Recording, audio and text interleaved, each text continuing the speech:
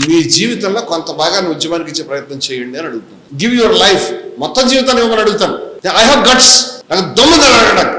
ఏమి నువ్వు కట్టుకునేటువంటి ఇల్లు, నీ పిల్లలు, నీ భార్య, నీ సమస్యలు అట్లాంటిది కాదు జయభారత్. సామాజిక బాధ్యత లేదా నీకు? నీ పిల్లల్లో ఒక పిల్లడి కింద నువ్వు జయభారత్ చూడాలి కదా, జయభారత్ అంత సమయం ఇవ్వాలి కదా, పిల్లలకి ఎంత సమయం ఇచ్చావు? కనీసం అది కూడా చేయలేదా? నేను మొత్తం లైఫ్ అంటే ఇవ్వలేవు, కనీసం కొంతనే ఇవ్వాలి. విద్వేషాన్ని కావాలనుకునేటువంటి వాళ్ళు వేల మంది పెళ్లిళ్ళు మానుకుని కర్రలు పట్టుకుని రోడ్ల మీద తిరుగుతూ ఉన్నారు, త్రిశూలాలు పంచుతా ఉన్నారు రోడ్ల మీద. తెలుసా మీకు? త్రిశూలాలు పంచుతా ఉన్నారు. వాడు చచ్చిపోతే నువ్వు సంతాంశం పెడతావు, అంత రెండే చేయవు. మనం కూడా సైన్యాన్ని నిర్మించాలి రండి, ఎంతకంటే ఏం కర్తవ్యం ఉంది? నిర్మించేటువంటి వ్యక్తుల్ని కంటికి రెప్పలాగా చూసుకుంటాం, ఆ కుటుంబాలని, ఆ ఉద్యమాన్ని, వాళ్ళ జీవితాన్ని ఉజ్వలంగా.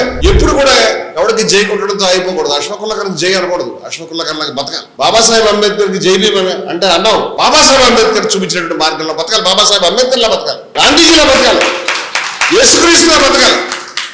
ఇది మార్గం. ఎవరన్నా దండలు పెడితే కూర్చోవడం కాదు, ఆ మార్గంలో బతకాలి. అది వాళ్ళు కోరుకున్నారు, వాళ్ళు అంతకంటే ఏం కోరుకోలేదు. వాళ్ళు జై కొట్టమని కోరుకోలేదు. వాళ్ళు ఏం కోరుకున్నారంటే మా మార్గంలో నడవండి, ఈ పద్ధతులు నడవండి, ఇంకా ముందుకు తీసుకెళ్ళండి, ఎవరు పొరపాటు సరి చేయండి అని.